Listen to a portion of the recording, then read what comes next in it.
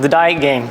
The biggest thing with this is I want to make it as relatable as possible to everyone. Hopefully the strategies here are stuff you've heard before, but this doesn't mean it's just health and fitness. This could be like business, relationship, money making, anything. Before we get started, what are your expectations for this challenge, for the workshop, with this in general? I'd like to understand balancing food better, proteins, carbs, fat. Yeah. I have my own expectations as well, right? The goal for me is to show you guys, right? So how I decide to lose weight, gain weight, put on muscle.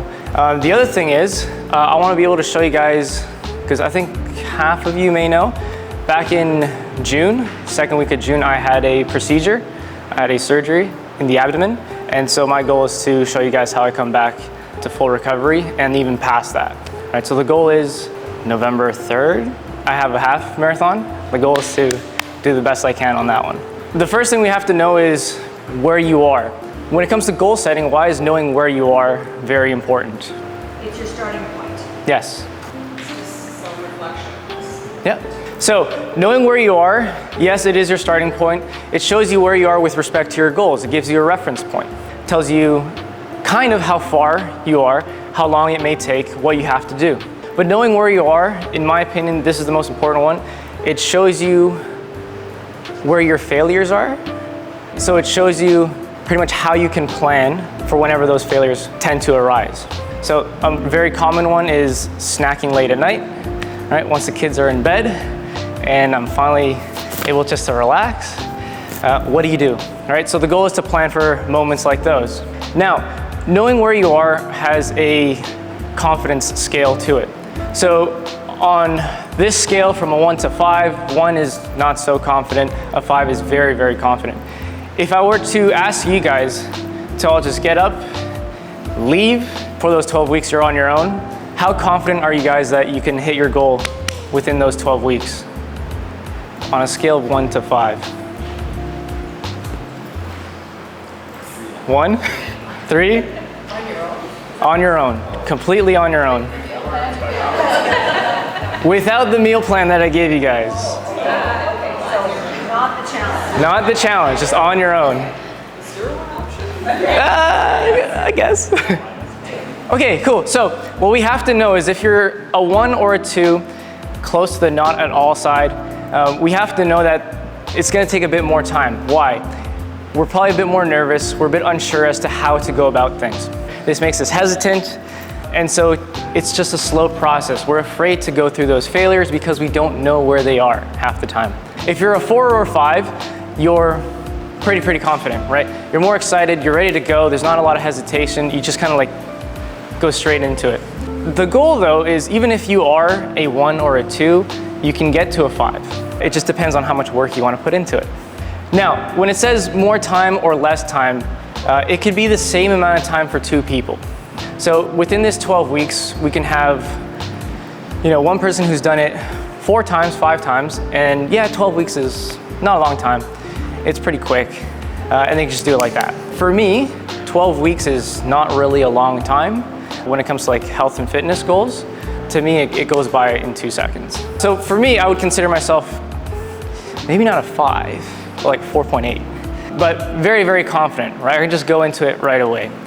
If you're a 1 or a 2, within this 12 weeks sounds very challenging. It sounds very like scary. It sounds like a long time within the challenge.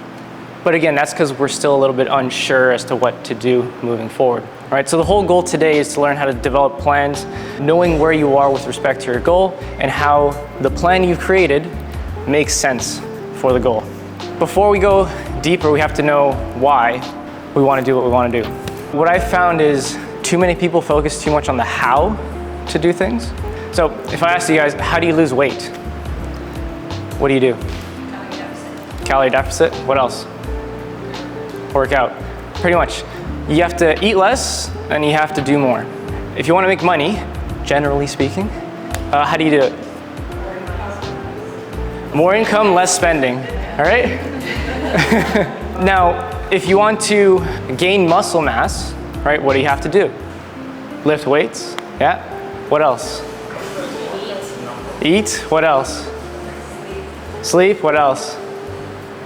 You have to be very consistent with it. You can't just do it once and then 2 weeks later do it again and then 2 weeks later do it again, right? It has to be very, very consistent. In a relationship, what's one of the key things you need to make it successful?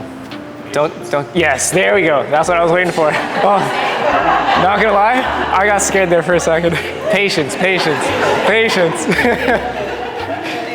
So, but that's key, because with all this, we do need a lot of patience, right? Some things take way more time than others. If we're more on the unsure side, a 1 or a 2 on the scale of 1 to 5, it will take us more time subjectively. So the goal is knowing why you want to do what you want to do. We'll show you exactly what to put your patience on. So if I'm thinking of losing weight, I know exactly what to do, when to do it, and why I want to do it. I know I have to restrict myself later at night. I don't want to snack too much because I have a training session in the morning. If I have 2 donuts at night, I'm probably not going to feel good on the run the next morning, right? If I have a whole bunch of chocolate, I probably won't feel good going to bed, right? Stuff like that. But a lot of this is trial and error. Just it comes as you go. But again, it takes patience. One thing I want to share with you guys is, so I have one big goal, but you can break it down to a whole bunch. It's like seasonal. Sometimes I want to lose weight, other times I want to gain weight. Why would I want to lose weight? Aesthetics. Confidence. Anything else? Energy levels. What else? You set a goal and you wanted to achieve it. There you go. My goals are more performance driven. So I want to compete in powerlifting. I want to run. I want to do well within the sports I choose to do. So I know that at a certain body weight, I perform the best. Typically I'll float around like 160, 162-ish. But in competition, I like going down to like 153, 154. That's where I feel like the best. I feel the strongest, most mobile, but I don't feel too small where I feel like super weak. But I can't stay there the whole time because the energy demand is just too much during competition, so I have to come back out of it. So why would I want to gain weight then? I gain weight so that I can compete better in the next competition. If I know I have a competition, let's say in July of next year, I'm okay gaining a couple extra pounds, not looking as lean as I did during competition, during that prep. I'm willing to sacrifice to some degree my physique so I can perform better a year later. But that's what drives me. I know I want that. Your goal is to figure out why you want to do that and figure out how you can do it after. Now, if you're not motivated by performance, what do? This is where we have to talk habits. So habits. You are what you repeatedly do, right? That's something everyone pretty much knows about. If you're describing someone to someone else, pretty much you're just saying what they tend to do always, most of the time, right? If someone always walks in the door, they say hi to everyone, they acknowledge everyone, they're always making eye contact. Generally, to describe someone, you're pretty much looking at what they typically do over and over and over again. So habits is one thing that everyone keeps talking about. I have bad habits, I have good habits. What determines if a habit is good or bad? Exactly, right? If let's say I want to lose weight, but I eat in a calorie surplus, is that a good or bad habit? Bad habit. If I want to gain weight, but I'm in a deficit constantly, what is that? Bad habit, right? They can be good or bad just depending on where they are with respect to your goal. Again, knowing where you are. The other thing we have to keep in mind is there's old habits and there's new habits. Old habits take a lot more to get rid of. New habits are pretty easy to pull out. Why? Old habits are constantly reinforced over and over and over again. Right? If it's a good old habit, then it's great. It helps you get to your goal. It's really easy. The idea of a habit is to make things more efficient for you, right? More energy efficient, less mental stress. If I'm carrying a box and I have to go through a door, if I always open the door with my right hand, right, it feels a little weird doing this, right? So I switch the box, open it with the right hand, and walk through the door. But I don't think about that, I just kind of do it. So the idea is to find good habits, make them good old habits, and try to get rid of the bad habits. Now here's the struggle. The bad old habits are the ones that are going to take the most time to get rid of. That's where the patience has to come in. I'll give you guys an example. When I was in my undergrad, my last year, I had a seminar at 8 a.m. every Thursday for 3 hours. And like most people, I hate waking up super early in the morning and going to class. The first day in class, I fell asleep. Like it was tough just to focus. So the second day, the second week, I decided to get a coffee from Tim Hortons. I drank the coffee on the first half, but I knew if I didn't have more caffeine, I would fall asleep on the second half. So during the break, I went to the cafeteria, not feeling coffee at all. I did not want it, right? But I knew I needed caffeine. I saw an energy drink. I bought it, drank it, I liked it. So every week after that, coffee on the first half, energy drink the second half. Here's the thing, when I graduated, it was the year the pandemic happened. My last seminar, I did the same thing. Coffee in the first half, energy drink on the second half. But then the following week, I didn't have to go to school because everything's closed. So what'd I do? I had coffee, but no energy drink. Why? Because I drink coffee at home. I don't have energy drinks at home, so I didn't crave it. I didn't want it. A lot of times habits are environmental. So if you pull yourself out of the environment, it's a little bit easier to get rid of that habit. This is super, super important. This is where I feel like people kind of go off a little bit. But what's the difference between being focused and being obsessed? Focus is healthy, obsessed is healthy. Yes. If we break it down further, what else?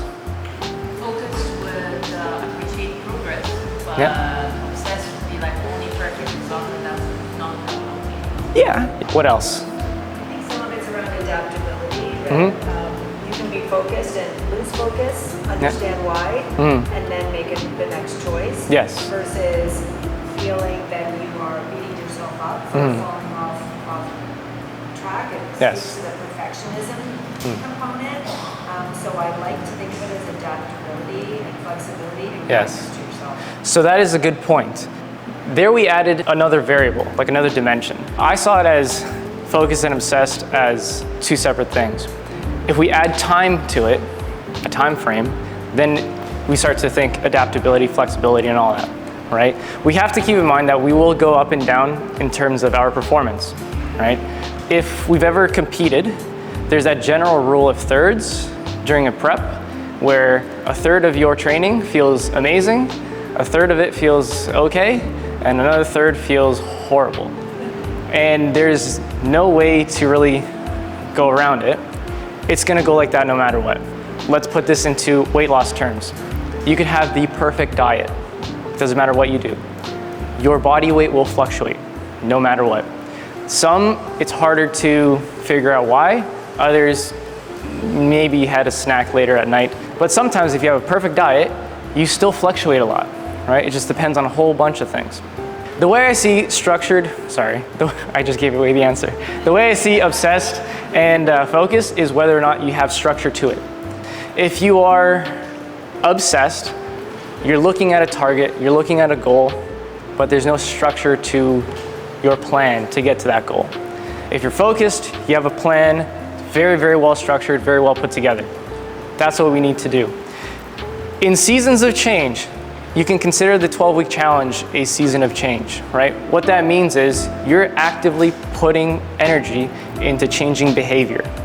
So if you know late at night it doesn't serve you to eat a bag of chips, Chapman's ice cream, then this is the time where we focus, put the energy into not having that. Or at least organizing it differently so that we can, but still stay within our framework.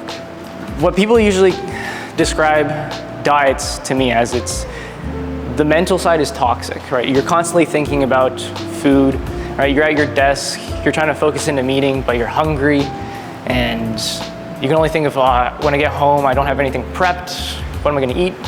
I know I'm gonna snack, whatever, it'll happen, right? That's where we don't have a plan going into it, right? That's where there's no structure going into it. That's where it becomes an obsession, right? That obsession leads to the failures. If we have a plan, we know how to address those failures, correct? Now, here's something I like to think about. Thinkers versus doers. This is just knowing how you like to approach your goal. I'll give you another example. In grade school, let's say grade 4, you had a group project, right? It's 3 of you.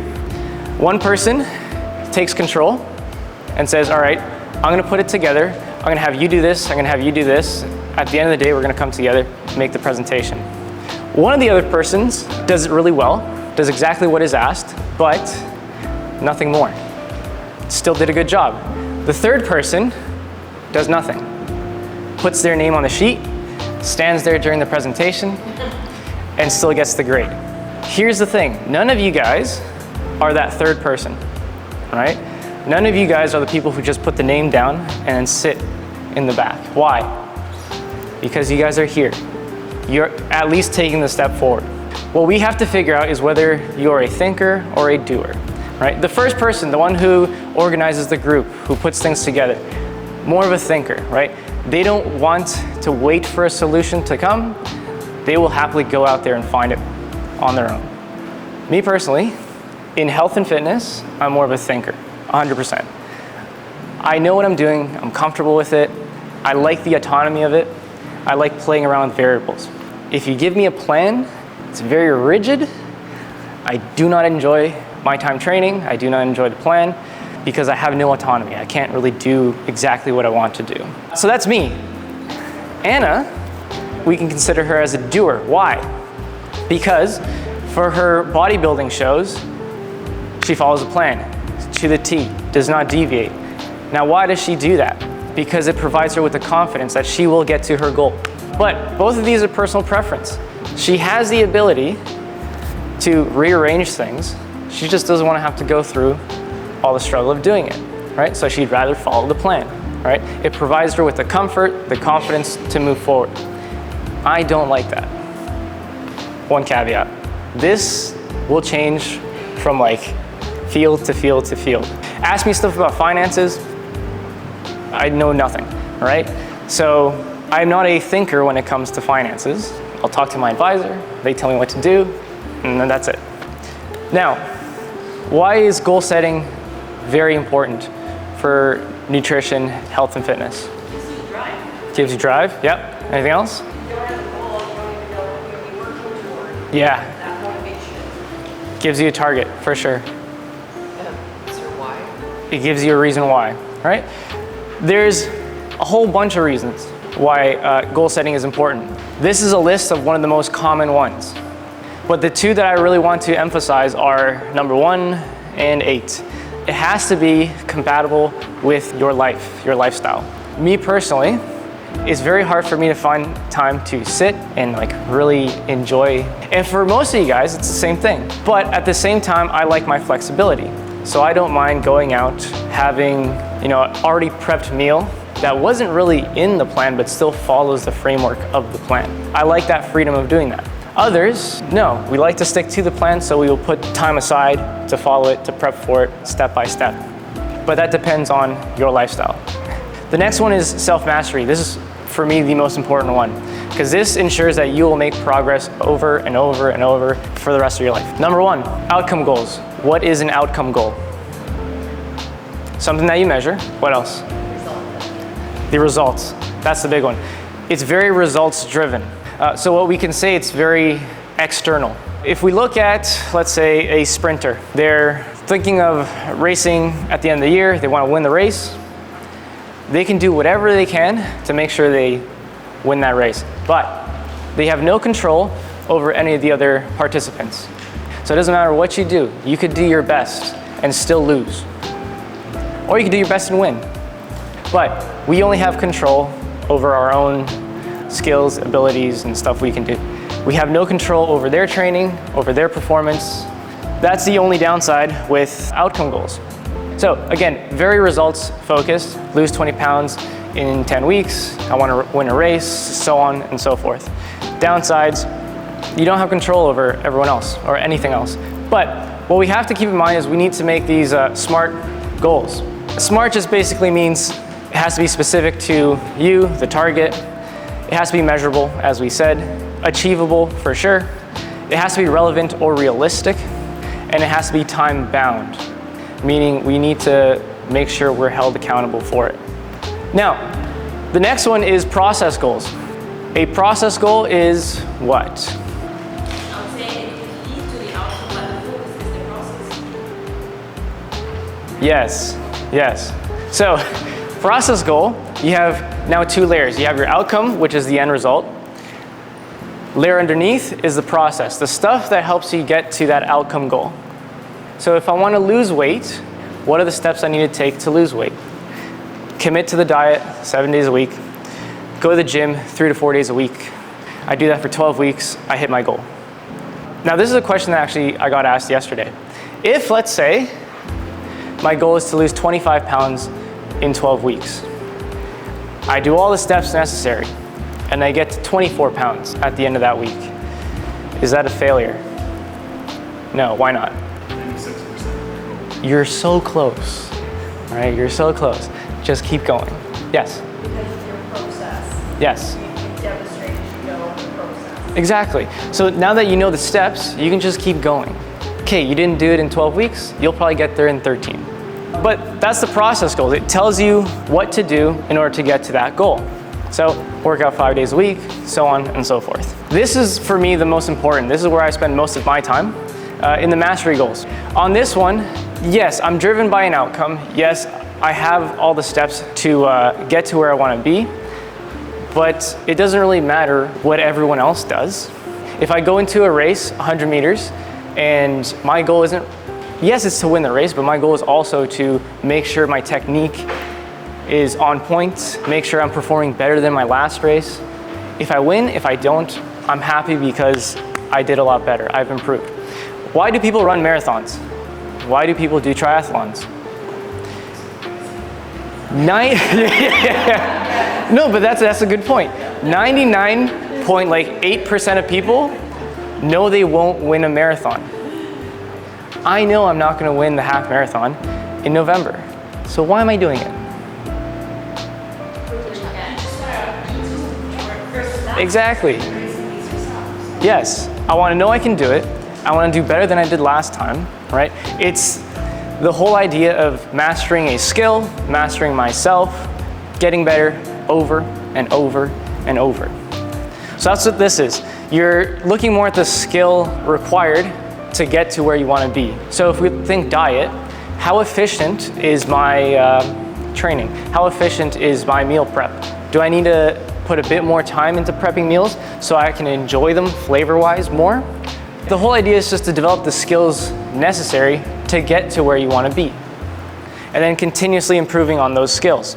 So we have a case study. What I'm going to do, let's do, Amy, I'm going to have you with everyone here. I'm going to have you guys over here. We're going to work in groups, right? So on this case study, we have 2 scenarios. You guys are scenario number 1. You guys are scenario number 2. In scenario 1, you guys want to lose 20 pounds in 12 weeks.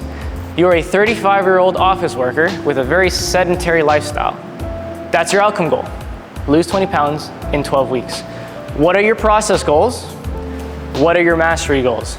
You guys have 5 minutes to figure that out. You guys have a cyclist.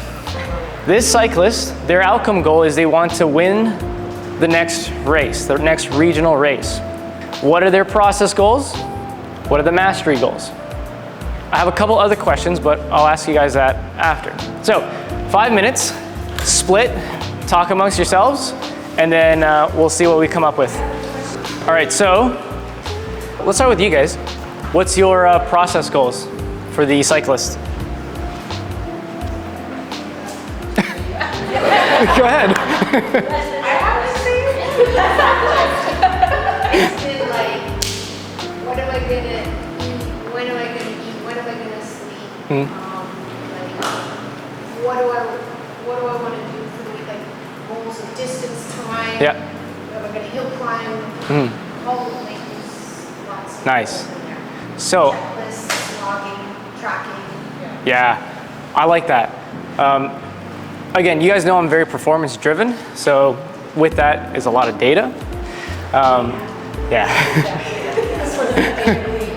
So with something like winning a cycling race, I like as much data as I can get. All right. So for me personally, my process goals is collecting all the data possible, right, just so I can make the best plan. out there. What's your process goals for the office worker? All right. It's pre-planning when it suits you best to do your workouts, and when you're going to eat, Yep. And pre-plan for deviations. Yes. And, yeah. Nice, nice. And then mastery goals. Let's start with you guys again. Kind of got there, but I think 5 is beating your time. With every single ride? Reflecting and Yeah. Yes, perfect, perfect. Would it also be like, say for instance, for you, you had your surgery this year, so you were kind of like, Yeah. so something like that happens to the cyclist, then they know exactly what they need to get back on track. Yeah. Like Yeah. that would be the master goal, right? Is to be able to. I would consider that more as like an outcome for me personally, right? Because for me, let's say, last year I did whatever time in the race, had the surgery, 6 months later, and then 6 months again, my goal is just to get back to that same time, right? After that, then I can think more about like, you know, the mastery and all that stuff, right? Not that it's not a mastery goal, but to me, the way I see it, it's more of an outcome, right? I want to get back to where I want to be, right? Within that, yes, there's levels. I have to work on my turnover, arm swing, my endurance, all that, right? But after that, then it gets a bit more heavy on mastery again, right? Because I've already achieved that big outcome, right? And for you guys, what's the mastery? But we were just, you said that mastery is like deliberate practice, right? Right. So we were saying like, okay, so now once you've sort of reached that goal, then you might look to like different ways that you could change your lifestyle. So Yep. like not just scheduling your workouts, but like how can I be more active at work, or Yeah. like looking for ways to just improve just your daily stuff as well. Yeah, so that's a good point. That's one that I really wanted to bring up. With the cycling example, it's very easy to see how it's, you know, specific and different because not everyone's a cyclist. If you don't cycle, you could rock climb, you could run, you could play hockey, you could do whatever, right? But there's a lot of variety. With scenario one, it's your office worker. Half the population does that. And so it's very common, meaning we fall into routines. So with this one, the mastery goal is finding things that are specific to you, stuff that you really like, right? So your whole idea of experimenting, perfect. There are small pockets where you can experiment, do what is most specific to you and what you enjoy the most, stuff that will keep you consistent. Now, what are some challenges to the process goals? So cyclists, what are some challenges to your process goals? Time, that's one for sure. For the office worker, what's a challenge? The schedule's just not predictable, all right? Now, how do you track improvements in cycling? A log. A log? What are you logging? Speed, distance, time, heart rate. If we're thinking mastery, what's one way of tracking progress as a cyclist? What I like to use is perceived effort. So if I'm hitting the same route, does it get easier, more comfortable? Did I improve somehow in one of those parts of that route? Every month you choose the same route. It's up to you. Like, but I'm just saying, Yeah. you lock it in every month, Yeah. and then you compare month over month Yeah. over month, those exact things. There's a 12-kilometer loop around my house by the Humber River that I do like once a month for fun, just as fast as I can, right? And my goal is just to see if I'm getting a bit better. But that's what I use to track my perceived effort. Yes, I do a whole bunch of different trails and routes on my runs, but that one specifically I keep going back to see if I'm making any form of improvement. So that's how I track my outcomes, my improvements. Any psychological factors to consider? Stress, confidence, definitely. Strategies to adhere to your process, like hiring an accountability coach. These are what I would consider my process and mastery goals. Analyzing performance data for sure, talking to the coach, for the mastery is just performing better and better, focusing on my technique. And then this is pretty simple for the office worker. 10,000 daily steps, tracking daily intake. My mastery goals is, again, improving my knowledge in nutrition. This is like the final goal thing that I want to talk about, short versus long term. There's a timeline of things we need to consider. Your lifespan goal is what I want to do pretty much for the rest of my life. Things that I'm looking at doing when I'm like 80, 90, 100, and beyond. There's this term that everyone uses called the hybrid training, right? The whole thing is running and weightlifting at the same time. For me personally, I like running, I like powerlifting. I want to be able to do that for the rest of my life. But I'll give you guys a little bit more insight. I set a goal in high school to live to 106. That's a good question. The reason why is because I was born, ready? 1996. So, I'm in the 1900s. I know. Anyways, I'm in the 2000s. I want to be able to be in the 2100s for at least 2 years. So I want to be in 3 different centuries. It just sounds cool. That's it. That's the only reason. But I know to do that, powerlifting and running will help me. Why? Running, cardiovascular health. I stay mobile, I stay fast, I can move my own body around. Powerlifting, I stay strong. Those in combination have a lot of health benefits. In order for me to do both of those really well, I have to focus on my nutrition. I have to focus on my daily habits. Everything's centered around that, getting to 106. Those are just the tools I like to use, right? Now, the life stage goal, this is like your current stage of life. So for me, it's powerlifting right now. I want to compete at a pretty high level, at least nationals for powerlifting, until I'm 40, or until I get to 40. Why? I don't know, it just sounds cool.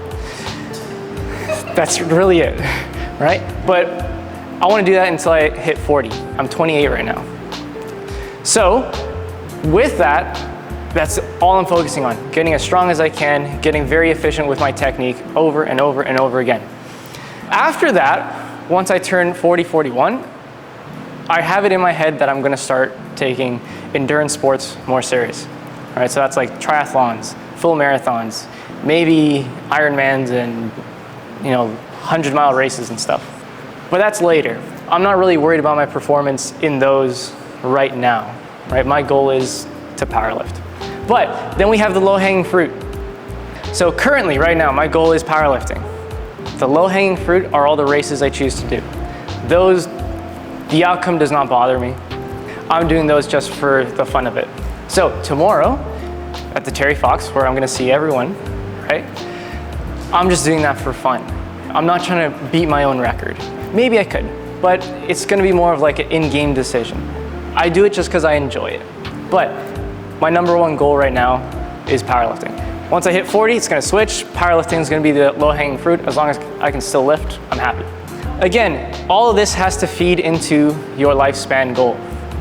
If we can see that, it makes everything a lot more doable, a lot more enjoyable. Now, I've spoken to some of you about this in depth. You don't need just one in each. You could do multiple. I'll give you another example. My stage goal right now is just to powerlift. That's my goal. The low-hanging fruit, yes, races. But I only do like 2 half marathons a year, maybe. But I could also rock climb, spend a lot of time rock climbing. I could play hockey for the winter, right? And that's what I'm focusing on. That's my low-hanging fruit. I could go fishing or skating, anything. Whatever you enjoy doing, plug it in to wherever you feel is most appropriate. The goal is just to do it for as long as possible. This is the fun stuff, diet strategies. These are my diet strategies. These are the things I think about daily, but it doesn't really cost me a lot of time or energy because it's something I do, again, daily. The first thing is my meal plan is just a reference point. Again, I'm more on the 4 or 5 scale when it comes to confidence. I'm very comfortable with what I know, with what I can do, and so my meal plan is just a reference point. If I'm going out, I'm not gonna stress. Why? Because I know how to organize my stuff. I can take 2 meals within the meal plan, combine it into one, and that's what I'm gonna have roughly at the keg down the street. The next one is the 80-20 rule. This can apply to many things. I use it for health and fitness. The way I break it down is performance and then emotional satisfaction. So if I'm thinking diet, the way I eat has to fuel my performance. I have to feel good in my runs, during lifting. I have to feel good while I'm sitting in the office. I don't want to feel bloated, uncomfortable, tired. I can't focus. I need to fuel my performance. 20% of that is just emotional satisfaction. Every Friday, back when I was dieting for the competition, every Friday I wanted a pizza. I would organize my whole schedule, my whole meal plan, so that on Friday I can sit down and have a nice pizza. And it worked. I had fun, I enjoyed it. I felt better the next day, right? There was no issues. Another one, busy versus distracted. This is the whole obsessed versus focused idea. If you feel like you're at home, you're craving sweets and sugar, but you're just on the couch on your phone, just trying to ignore your stomach growling, what is that? Distracted or busy? Distracted. Why? It's not accomplishing anything, right? It's not related to the goal. It doesn't help you get to your goal. But being busy, this is what I like to do. If I have any cravings or anything, my go-tos are always soda water. As I'm doing that, I'm going for a walk. I'm listening to a podcast about business, about training. I'm gathering information to improve somewhere else. Once I get back from the walk, after having listened to that podcast, after having soda water, I don't have those cravings anymore because I'm busy thinking, okay, now I got to implement this into my training. I could try this in the business. I'm working towards my goal constantly. But if I'm sitting down, just trying to hold myself back, then we're going nowhere, we're hesitant, right? The goal is not to do that. Last one, budgeting. This is pretty simple. I said before, if I want to have a pizza later that night, I can take 2 meals, combine them into one, and that's my pizza. As long as it fits within your calories. I'll explain more later. Right? But if I can do that within one day, I can do that across a week. If I know I'm gonna go out Friday night, then I can take a little bit from Tuesday, take a little bit from Wednesday, place it onto the Friday, and there we go. But you can only do that if you know how to budget across a day. Right? Once you know how to do the day and the week, you can budget across a month and then a year. If we're thinking performance, I know I have to work out on Thursday. Today's Tuesday. Tomorrow will be my higher carb days. Today, I don't have to worry too much about it. Stuff like that. And I'll show you guys how to do that individually. Now, this is another one. Budgeting across menstrual cycles. It's very common to want to have sweets when it's time. Very, very common. It's not a bad thing. You just have to plan for it. Now, knowing that we can plan across a day and a week and a month and a year, this is just planning across the menstrual cycle. So if you know every 27th of the month, it's gonna happen again, I wanna have a donut again, then you plan for it. But that plan doesn't come into play until all the cues are there. You have to plan for the frequency and infrequency of it. This is where we talk about individuals. For some, it's regular every month, others it's every 2 weeks, others it's a little bit infrequent, it's tough to predict. But if you have a plan for it, we're okay. Do we have any questions so far? These are all the stuff they found generally across a number of studies for those who were successful in maintaining their weight loss. Continuous monitoring, right? Again, looking for feedback, meal planning, accommodating for social events, intrinsic versus extrinsic motivations, adopting the lifestyle. This one is key. The reason why is, let's say I'm not a runner, let's say I don't run. I start running and I say, yeah, I'm running, but I'm not a runner, right? I haven't fully adopted the whole idea of running as a lifestyle. But if I ran yesterday for the first time, I was like, oh yeah, I'm starting to run, I'm running now. I've fully taken in that that's part of my lifestyle now. With dieting, it has to be the same thing. I don't want to restrict myself. I want it to be part of my lifestyle. Social support, enduring challenges, very important. One thing I forgot to mention with the seasons of change is that, do we know about the rule of exponential growth? Yes? No? So, the whole idea is, at the beginning, it takes a lot of effort to make any progress. But then once progress is made, we start to skyrocket. It happens in business, it happens in a whole bunch of other stuff, right? But the same thing can happen going down. We lose track on one thing, we lose track on something else, and then we start failing drastically. With enduring challenges, the beginning part, where it's really, really tough to make progress, is where it really matters. Because eventually, we're gonna start to spike. And then you'll see how much you can actually do, how much you can tolerate, how much stress you can handle, physical, mental, all that stuff, and still perform well. You start to enjoy struggles. Why? Because you know you're getting better during those struggles. Here's a big one, no cheat meals. Everyone here has asked me for a cheat meal. Everyone here has asked for a cheat meal. I said no. Even for myself, I don't have cheat meals. The pizza is not a cheat meal. It's budgeted, right? Redefining what a cheat meal is. Exactly. Exactly. Exactly. What can't you live without? Remember when we sat down with everybody? So that was the time to tell us what you need in your food. Yes. So if you guys want to change things up, let us know. Because that's what the cheat meal is. Yes. Pretty much. It's your budgeted food that you want to have. The idea with the cheat meal was so you can be very strict and rigid with your plan, right? We could probably guess that bodybuilders brought it in. Why? They need a very strict plan to get to where they want to be. They're going to the very extreme. So any slight deviations will pull them away from their goal. But we're not all bodybuilders, right? We're not trying to compete. So we don't have to be at that extreme. So you're allowed a bit more. If you can budget it, appropriately, then it's not really a cheat meal. You're following that 80-20% rule. Yes? How would it work in like a whiskey or scotch? So that's a great point. That is a great point. That is a great point. So if you like whiskey, scotch, beer, wine. Yeah, but here's the thing. Everything has its own cost. Calories are the cost, right? Your budget is your daily caloric expenditure that you're allowed to have to either gain weight, lose weight, or maintain. So have a beer for lunch. Yeah. Here's where we have to go a bit further, and this is where I'll talk to you guys individually.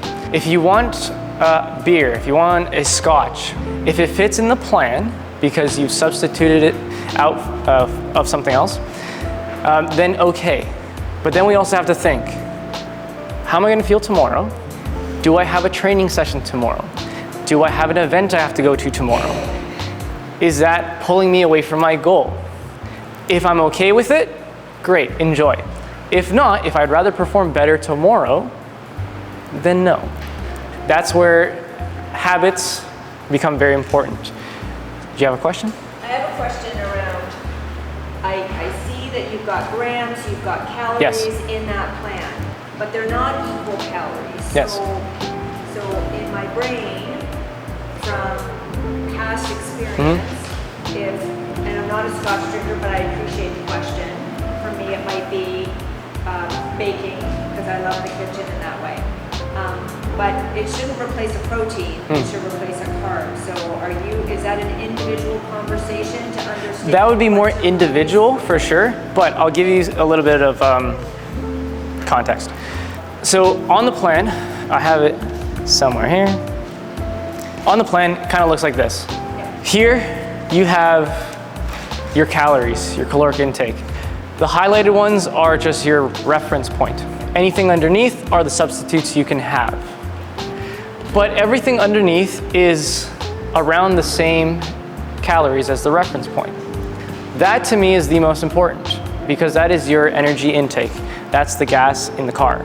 If you don't have that, the car is not going to move. If I go here where it's 123 calories and I substitute it in for this one here, which is 37.5 calories, I'm now at a loss. Is it good? Is it bad? I could probably add more of this, right? But if I go from here and I substitute into that, now I'm at a surplus. On average, you just want to be on the same spot. So you could fluctuate up a bit, you can fluctuate down a bit. The body has a buffer. Some say it's 50 calories, some say it's 100 calories, some say it's 200 calories of buffer daily. So I'm not worried if you accidentally measure 201 grams of rice instead of 200. The body will deal with it, that's fine. But if you go from 200 to 250 or 300, then that's a bit bigger of a difference, right? We can't really afford that if nothing else changes. This is one I really want to stress right now. For now, our only focus is the bottom of the pyramid, your calorie intake. Why? Again, that's just your general energy expenditure, the stuff you need. If you have that down, anything within that range, you can have whatever you want, right? You can have cheese, you can have bread, you can have wine, as long as it fits within that caloric intake. The next one is protein intake, right? This is very, very important. If you want to build muscle, you need a lot of protein just so you can build the muscle itself. As we age, we need more protein because we got to fight off muscle loss. And then it's carbs and fats. That's personal preference. If you want more carbs, you can have more carbs. If you want more fats, you can have more fats. This is your 80-20, your personal preference. Right? So if you want Chapman's ice cream, if it fits within the budget, it works. Here, this is the American College of Sports Medicine and the American Dietetics Association of Canada. They've put out a whole bunch of information for everyone to look at. The biggest thing with them is when it comes to proteins, carbs, and fats, the only requirement really is 10% of your caloric intake, right, for each. So in order to live comfortably and well, the bare minimum is 10% of your caloric intake for each of them. So if we add those together, 10% carbs, 10% fat, 10% protein, you have 70% of your diet to pretty much do whatever you want. If you want more protein in there, great. If you want more carbs in there, great. More fats, great. If we look at our goals, then that tells us what exactly we need to put in more.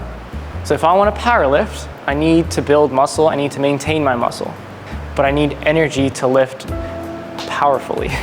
So definitely more protein.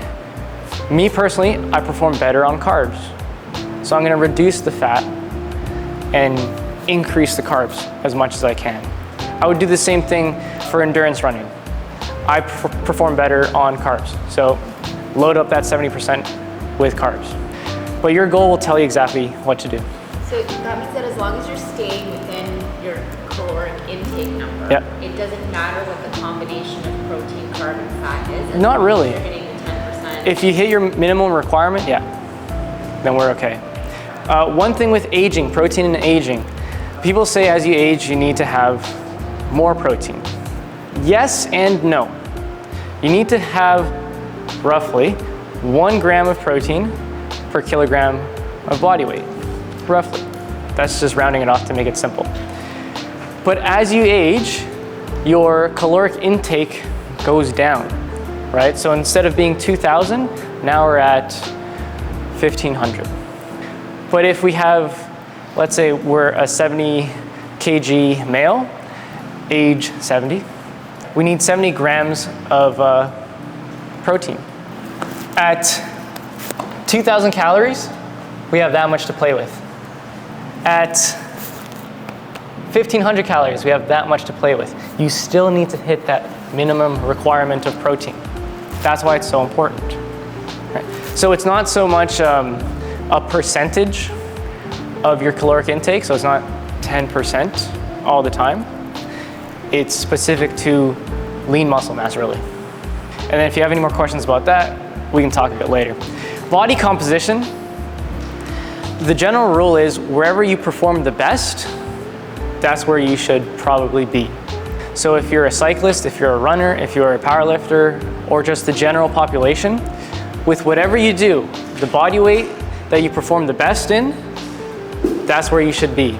So there's no like particular, like I can't be 150 and that's where I have to stay. It's like, no, I work well at 145 to 155. That's the range I can play with. This one is just for general knowledge. For women, the American College of Sports Medicine really harps on this, the female athlete triad. Low energy intake is very common, especially for female athletes.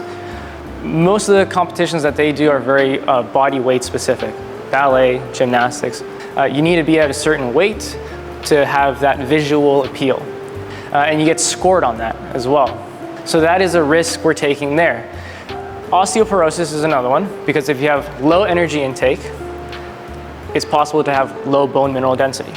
If we increase the intake, it's a lot more likely we're gonna have stronger bones. Amenorrhea, a lot of people don't know what that is. Do we all know what that is? No? Amenorrhea is the loss of your menstrual cycle. If you have low energy intake, amenorrhea, and low bone mineral density, we have the female athlete triad. A lot of people, a lot of young women, young athletes, will go a long time without knowing they're in this category. This stuff you can speak to your physician about. For general knowledge, this is one reason why I harp a lot on getting the caloric intake that you need. Now, you guys have homework. By next week, once we do our first weigh-in, not the initial weigh-in, the first weigh-in of progress, you guys need to hand in a calendar. On this calendar, you guys are going to put in all the spots within a week, all the time slots within a week that are predictable. You don't have to be specific, but this is work, this is meal prep times, this is workouts, right? All the stuff that is predictable within the week. I gotta take the kids to school, I gotta pick them up. After that, then your goal is to identify those time slots where we tend to have free time. Once we have found those, then we go into brainstorming. The brainstorming is finding things that we can do to help us get to our goal. It doesn't have to be weight loss or weight gain or health and fitness specifically. It could be any goal. Again, on the calendar, you don't have to specify what it is. Then your goal is to fill in those pockets of free time with those strategies, those tactics. It'd be like an extra walk with the dog. Yeah. Is that like Yeah. is that what you're thinking? Yeah. There's free time, or that at least 3 times a week I go for a walk after dinner. Yes. I'm trying to think. Yeah. I'll give you an example. My schedule is pretty much the same every week. 6 a.m. I stay till 8:30. Almost every day. On Fridays though, I get home around 4:30ish, and I crash. I take a nap and I don't get up until 7:30. That is a lot of time wasted that initially driving home I wanted to use. Yeah, I'm gonna finish this, I'm gonna finish that, I gotta go do these errands, I'm gonna go work out. But I get home, it's like, man, I'm tired. And I fall asleep for 3 hours, right? What have I done to make sure I can still stick with my goals? I don't go home. What do I do instead? I go for a run, I make sure I get that in, right? And then by the time I get home, the adrenaline's running, I can eat my meal, then I can finish my work. But if I go home and I take a nap, I get up, it's like, it's too late to go work out. If I eat, then I'm gonna be tired again, then I can't work, I can't focus. Yes? So I have a question, because sometimes the body needs a nap, Yes. and you're pushing further, Yes. which I have a tendency to do, which is not going to get me where Yes. I need because it keeps my stress level high. Yes. So could a brainstorm idea also include, napping, but for a certain period of time? Yeah. Knowing that after the nap, this is what you need to do so that you are focused Yes. on what you're gonna do after that, allowing your body to Yes. deplete. What we have to think about is the return. If we decide to take a nap, are we functioning better after the nap? If yes, great. Put it in wherever you need. But if I take a nap just because I'm tired, and then I wake up and I'm even worse, then it doesn't really make sense. But that again is stuff that we can play around with. Are we just doing a calendar for Just the 1 week, just 1 week. This is 1 week that you guys can use, for example, for the rest of your life, right? It doesn't have to be your first week within the challenge. Here's the only thing.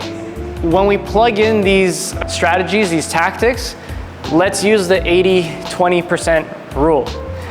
80% has to be stuff you currently do. So I know that I go running 3 days a week. Friday has now become a 4th day because it's not taxing for me to do that. It's easy for me just to put on some shoes, put on my shorts, and go for a run. I enjoy it, I like it, right? And it helps me get to my goal. Going for a walk with my soda water and a podcast would be that 20%. I thought about it maybe 2 weeks ago, and I'm still trying it out. I'm seeing if it works. But that's only 20% of those time slots that I have free and available. The goal with this is to be consistent, to do stuff that you know works. If we do too much experimenting, when we already know stuff works, we don't really make a lot of progress because there's too much going on. Stick with what works, get really good with that. And then, when it's appropriate, add in the small things. Do you have tips for when you're traveling? And Yeah. be different work or pleasure, and that schedule will no longer Yes. work. Yes. What are your recommendations then? So there I have to gather as much information as I can about wherever I'm going and what I'm doing. Again, if we go to thinkers and doers, I'm a thinker. So whenever I travel, I do not worry about it because I know I'll find something somewhere and I can rearrange things on the fly. It doesn't really bother me too much. But if I'm more of a doer when it comes to nutrition, then I have to go, all right, I'm going to San Francisco for a week. I'm gonna be in this conference from Tuesday to Thursday. I have Monday, Friday off to do whatever I want. Tuesday to Thursday, I'm stuck with these meals, with this catering business, if I can find that information. What is the menu? What are the items that they're gonna provide me? How can I organize my schedule before going to the conference and after going to the conference so that I can enjoy there? Here's actually another strategy that I used. I saw my manager back when I was working at a restaurant do it, and I thought it was brilliant. So at a staff party, everyone's having fun, eating all the snacks and fries and chicken wings and stuff. They have their glass of wine or their beer. But the manager is like a bodybuilder, and he wants to keep his physique and all that. So he can't really drink too much. He can't really eat all the junk food. So what does he do? He mingles around with everyone. He talks to everyone, holding a glass of wine constantly. I never saw him drink once. But he goes around talking to everyone. He works on the social connection with all his coworkers. And so people are distracted by the conversation, by the whole feel of the party, of the dinner. They don't realize he's not really drinking anything. It's just there as a prop. Anna has a good idea. So what Anna used to do, she would put like sparkling water in the wine glass and it looks like white wine. And so she's just walking around with sparkling water. She's drinking sparkling water. But everyone thinks it's like, oh, champagne, blah, blah, blah. But no. Those are the tricks, those are the tactics you can use. If you guys have anything specific that you want to go through, you can reach out, let me know, and then we'll brainstorm a couple ideas. But those are some things that you can do. So that's your homework. Last thing, we're gonna go over what to expect in the challenge. So week 1 to 4, most of you guys already have the plan and have had it for a while, right? So week 1 to 4 is your maintenance phase. Why is this important? Because if we're fluctuating a lot because we're unstructured, it's hard to track any progress. We gotta limit the fluctuations so that any change that we do make later on is a lot more controlled. So that is week 1 to 4. During this time, I'm gonna challenge you. So from Monday to 4 weeks later, your goal is to work on performance in the gym or outside in other forms of training. What that means is you're trying to perfect your squat. You're trying to perfect your presses, your single arm dumbbell rows. Any exercise we tend to do over and over and over again, your goal is to perfect it. Why?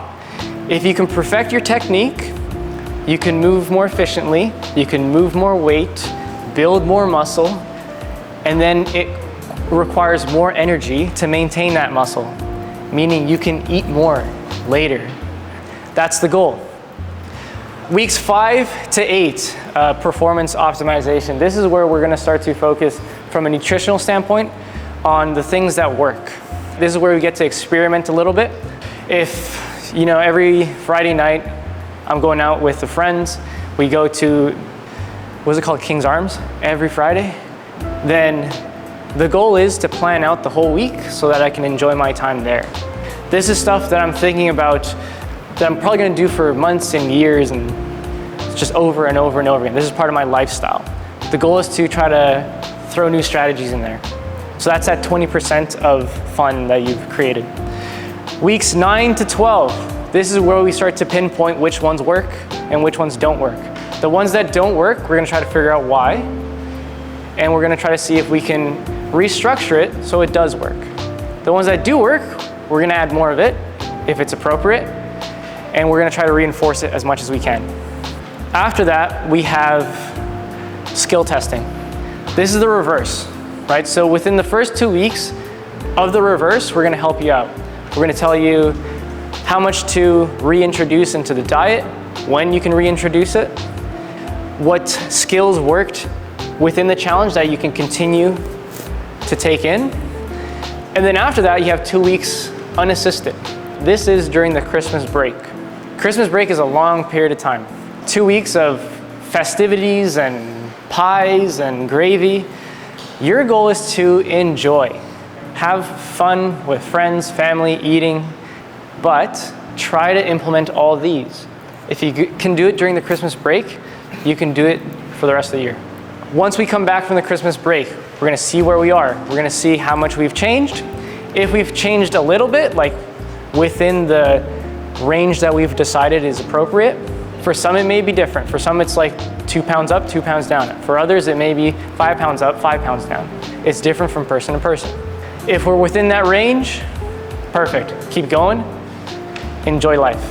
If we haven't stayed within that range, then we revisit what we did, what didn't work, what did work, and again, we try to reinforce the positives and pull away from the negatives. Cool? Any questions? I have a little kind of question. Yes. When you're like, oh, you're weighing out your stuff, like that seems like it's convenient if you're on your own. What do you, I'm a family of 5. Yes. Like, how am I calculating all this out for a meal of 5 when you're feeding the whole family? So it sounds like a lot of work. I'm not gonna lie, it sounds like a lot of work. Here's what I always do. The scale is always just in the corner, right? Everyone gets their meals. Once everyone's done, pull out the scale, put all the stuff in, and then I go eat. Like, I'm not prepping for myself alone separately, right? I'm making my meals for the whole family, or the meals for the whole family, and I'm just taking whatever's appropriate to me. Now, with that, it requires a bit of flexibility when it comes to like cooking and all that stuff. If you tend to cook with a lot of oils and butters and all that, we're adding in more fats. We're taking away from one part of the budget and putting it somewhere else. If we know that, we can reorganize it. So if you guys have any questions about that, you can always talk to me and we can reorganize it. But you don't have to create a separate meal on the side because the program says I need to have fish while everyone else has to have steak. Enjoy the time with the family. That's what this is for. The goal is to experiment during this 12 weeks. It honestly just takes 2 seconds. Take the scale out, put the plate on, rice, veggies, 300 grams, perfect, right? Steak, perfect. And then I go sit. Again, you don't have to be super, super rigid. If it's 305 instead of 300, it's fine. However, after this, the goal is that you can visually see what 300 grams of whatever is. If I've been doing 12 weeks of 300 grams of rice, 300 grams of rice, 300 grams of rice, by the end of 12 weeks, you know what it looks like. So you don't have to, you just take the plate, too much, and then go. Again, if you have any more questions, let me know. What I'll do is, I'll let you guys go. If you have any questions, you can come up to me